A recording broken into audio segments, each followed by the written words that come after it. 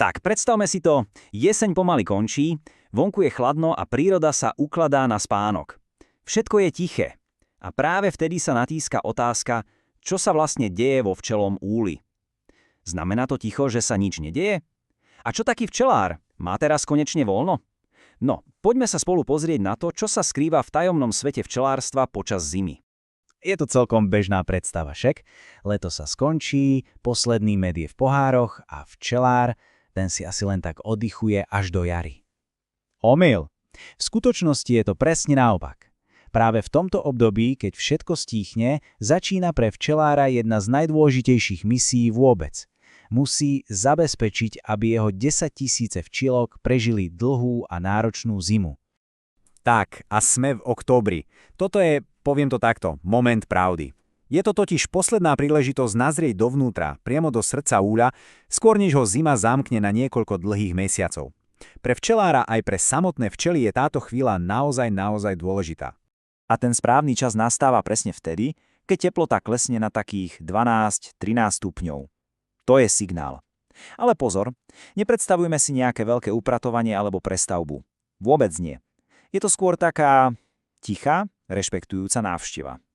Taká posledná kontrola pred dlhou cestou, aby sa včelár uistil, že jeho včelia rodinka je naozaj pripravená a nič jej nechýba. A čo presne taký včelár zisťuje? Je to taký malý, ale super dôležitý kontrolný zoznam. Takže, krok číslo 1. Majú dosť jedla? Med a peľ sú ich palivo na celú zimu, bez toho to nejde.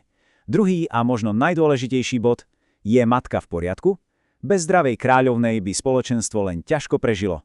Potom, krok tretí, trošku upratať. Prázdne rámiky idú preč, aby bol úľ útulnejší a lepšie sa v ňom držalo teplo. No a nakoniec štvrtý krok, pridanie izolácie. Izolácia, to znie možno technicky, ale v skutočnosti je to úplne jednoduché a geniálne. Je to doslova, ako by sme úľu obliekli zimný kabát. Včelári na to používajú rôzne veci, niektorí polystyrén, iní zase prírodné materiály ako mach alebo drevené hobliny. A cieľ? Ten je jasný. Zapchať každú škáročku a zabrániť úniku toho cenného tepla, ktoré si včely tak pracne sami vytvárajú. Dobre, takže vnútri je všetko pripravené. Úl je zateplený a včielky majú dostatok zásob. Ale hrozbou nie je len zima, práve naopak.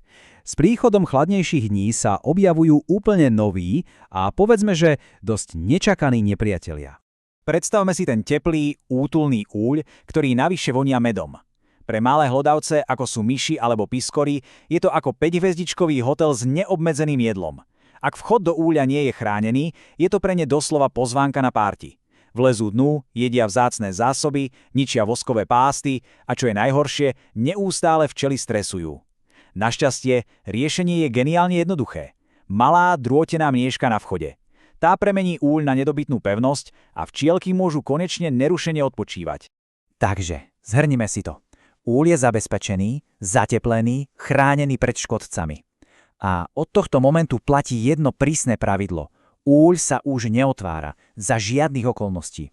Práca včelára sa teda mení. Stáva sa z neho taký detektív. Musí sa naučiť čítať všetky tie malé stopy a signály, aby zistil, čo sa deje tam vo vnútri, v tom tichom svete. No a presne takto to potom vyzerá uprostred zimy. V decembri či v januári. Celá včelnica spí pod snehovou perinou, všade je len ticho a pokoj. Alebo je to naozaj úplné ticho? V skutočnosti to ticho nie je až také úplné.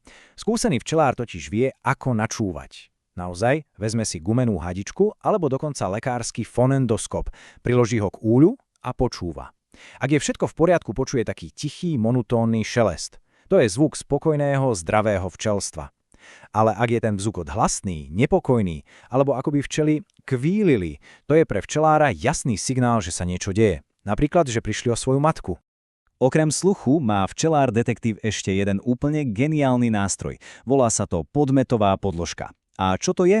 No, v podstate je to taká doska, ktorá sa zasunie na úplné dno úľa. Dá sa povedať, že je to tajný denník celého včelstva. Všetko, čo sa v úli deje a padá dole, sa zachytí práve tu. A včelár z toho dokáže vyčítať neuveriteľné veci, a to bez toho, aby včely čo i len trošičku vyrušil. A teraz to najzaujímavejšie. Čo všetko sa dá z takejto podložky vyčítať? Je to ako čítať knihu o živote v úli. Včelár presne vidí, kde sa včely zdržiavajú a aký veľký je ich zimný chumáč.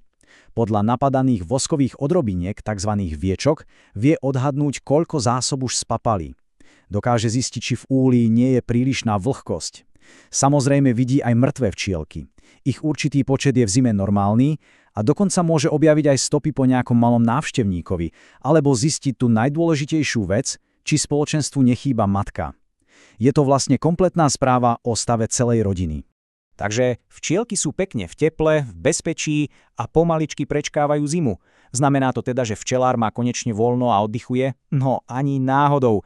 Jeho práca sa len presunula z chladnej včelnice do tepla svojej dielne. Práve tieto tiché zimné mesiace sú pre včelára neuveriteľne dôležité. Je to čas, kedy sa môže venovať všetkému, na čo počas sezóny nie je čas. Opravuje staré veci, pripravuje nové vybavenie a čo je veľmi dôležité, aj sa vzdeláva. Číta knihy, nové články, proste sa pripravuje, aby bol na jar ešte lepší včelár. A čo všetko sa v tej dielni vlastne deje? No, je toho celkom dosť. Čistia a opravujú sa staré časti úľov, vyrábajú sa nové rámiky, to sú tie drevené konštrukcie, do ktorých včely na jar postavia svoje nádherné voskové dielo. Pripravujú sa aj tzv. Medzisteny z vosku, to sú vlastne také základy pre nové plásty. No a samozrejme, včelár plánuje. Plánuje celý nasledujúci rok. Každá minúta tejto tichej zimnej práce je vlastne investíciou do budúcej úspešnej sezóny. A presne toto všetko. Od tej úplne prvej, poslednej jesennej kontroly, cez ochranu úle pred myškami, cez tiché načúvanie uprostred zimy, až po tie dlhé hodiny v dielni, všetko to má jeden jediný, nádherný cieľ. Postarať sa o to, aby včelé spoločenstvo prežilo zimu silné a zdravé. Aby bolo pripravené, hneď ako sa ukážu prvé slnečné lúče, vyletieť v ústretí prvým jarným kvetom. Ako vidíme, práca včelára je jeden veľký kolobeh trpezlivosti a starosti. A po všetkom tomto zimnom úsilí prichádza konečne odmena. A tu je otázka na zamyslenie, čo je podľa vás ten úplne prvý, ten najkrajší znak toho, že sa zima naozaj skončila a že včelky to úspešne zvládli. Skúste si tipnúť.